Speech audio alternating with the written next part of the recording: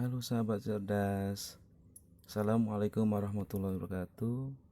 Oke, kita bertemu kembali tema 2, udara bersih bagi kesehatan. Subtema 2, pentingnya udara bersih bagi pernapasan pada pembelajaran pertama ini.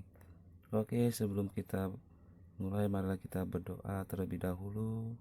Semoga mendapat berkah. Doa dimulai. Doa selesai, marilah kita simak videonya sampai selesai dan perhatikan videonya juga. Siang itu, Siti, Dayu, dan Edo berjalan bersama sepulang sekolah. Mereka berjalan sepanjang tepi jalan raya.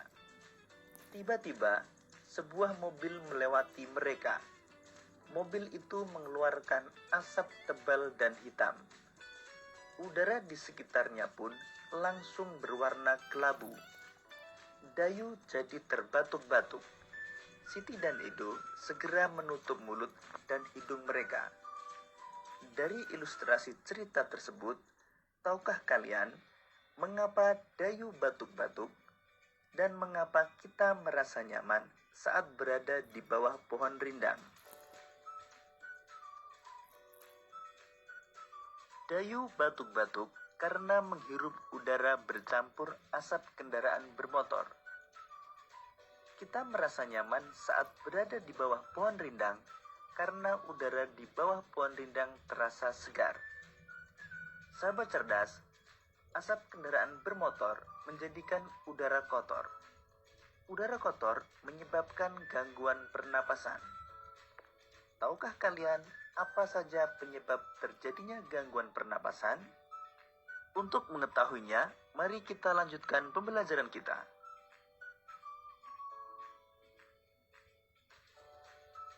Berikut ini faktor-faktor penyebab gangguan pernapasan.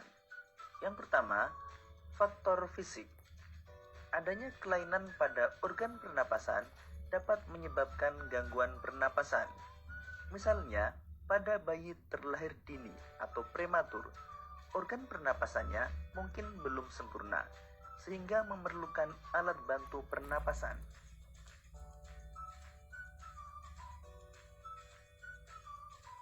Kedua, faktor penyakit.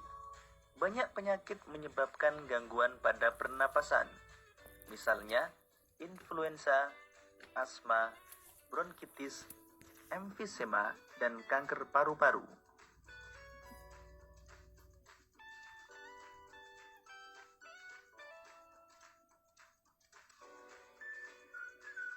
Ketiga, faktor lingkungan.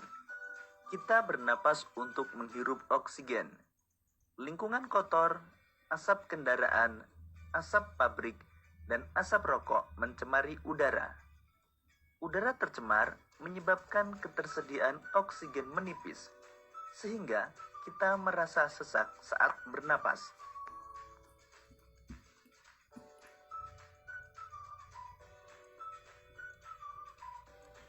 Sahabat cerdas, demikian tadi beberapa faktor penyebab gangguan pernapasan.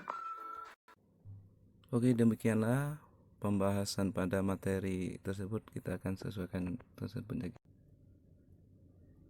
Halo sahabat cerdas, Assalamualaikum warahmatullahi wabarakatuh. Berjumpa kembali di tema 2, udara bersih bagi kesehatan. Subtema 2, pentingnya udara bersih bagi pernapasan, dan pembelajaran yang kedua. Oke, marilah sebelum kita mulai, mari kita berdoa terlebih dahulu, mendapat berkahnya dari Allah Subhanahu wa taala. Berdoa dimulai. Berdoa selesai, marilah kita simak videonya sampai selesai. Oke. Pagi itu udara berasa dingin. Di setiap rumah Edo tinggal kakek Husin. Kakek Husin mengidap penyakit asma. Saat udara dingin, kakek Husin ini akan merasakan kesulitan bernapas. Nah, penyakit ini kakek Husin biasanya akan segera menyemprotkan obat di dalam botol spray. Obat itu disemprotkan ke dalam tenggorokannya. Tak lama setelah itu, kakek Husin akan dapat bernapas lagi dengan lega. Nah, maka dari itu, penyakit ini adalah penyakit terjadi pada pernapasan kita. Maka dari itu kita simak penyakit yang dihadapi oleh kakek usin ini. Oke, kita lihat pembahasannya pada penyakit kakek usin ini. Nah, perhatikan. Penyakit kakek usin tadi penyakit asma. Penyakit asma itu merupakan penyakit penyumbatan saluran pernapasan yang disebabkan oleh alergi. Pencetus alergi biasanya misalnya udara dingin, rambut, bulu, kotoran, debu, atau tekanan psikologis. Nah, ini adalah alat pernapasannya. Nah, itu dilihat dalam penderita asma. Oke, selanjutnya gejala awal. Gejala awal penyakit asma ini berupa yang pertama batuk, terutama pada malam atau dini hari. Yang kedua sesak napas. Yang ketiga napasnya berbunyi, ya, terdengar jika pasien mengembuskan nafasnya.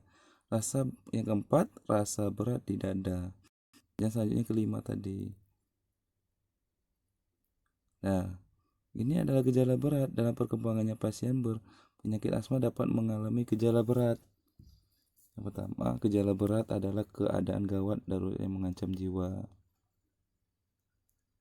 Nah, gejala berat asma meliputi satu, serangan batuk hebat, kedua sesak napas yang berat, yang ketiga napas tersenggal-senggal, yang keempat itu adalah skoliosis, kebiruan yang dimulai dari sekitar mulut, yang keenam kesadaran menurun.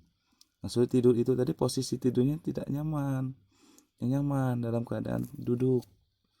Berarti bantalnya ditinggiin.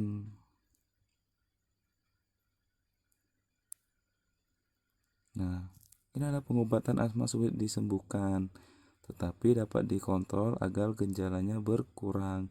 Ketika asma menyerang, penderita dapat meminum atau menghirup obat yang membantu melonggarkan saluran pernapasan dan mengurangi produksi dahak sehingga nafas menjadi lancar.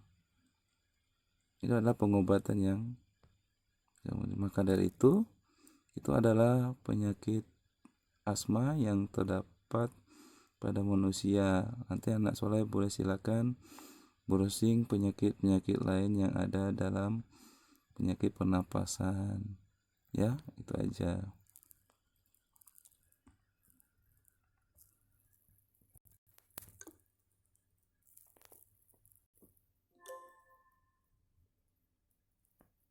Nah, sudah perhatikan dalam ini materinya akan dilanjutkan oleh yang sekitarnya penyakitnya bisa dalam bentuk. Nah, ini lanjutnya properti tari.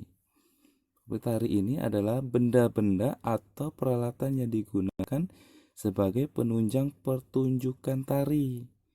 Nah, benda yang digunakan sebagai properti tari antara lain selendang, topeng, kipas, payung, keris, dan piring.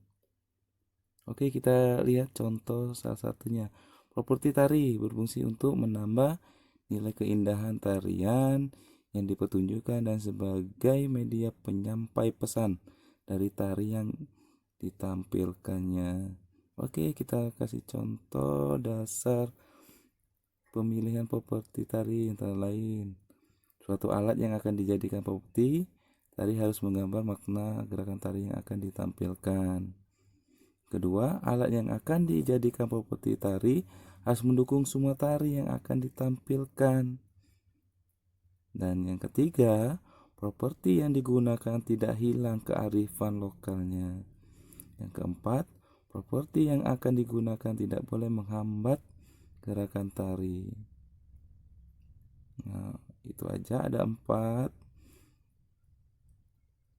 dasar pemilihan properti tari antara lain. Itu ada 4 ya.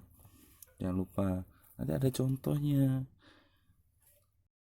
Tari yang akan kita bahas pada sesi ini. Yang pertama, klono. topeng dari Cirebon, Jawa Barat menggunakan properti berupa topeng dan selendang dan sampur. Nah, yang kedua, tari piring dari Sumatera Barat menggunakan properti berupa piring. Nah, di sini ada berarti propertinya piring. Dan tari ketiga, tari ranggu ayak dari Jambi menggunakan properti berupa rebana. Itu adalah ciri khas dari provinsi Jambi. Yang keempat, tari lengong dari Bali menggunakan properti berupa kipas. Ini tari lengong dari Bali. Dan selanjutnya yang kelima, tari payung dari Sumatera Barat menggunakan properti berupa payung. Nah, anak saya lihat dalam gambar itu. Oke, demikianlah materi kita pada hari tema 2 udara bersih bagi kesehatan, tema 2 ini udara bersih bagi pernapasan dan pembelajaran kedua.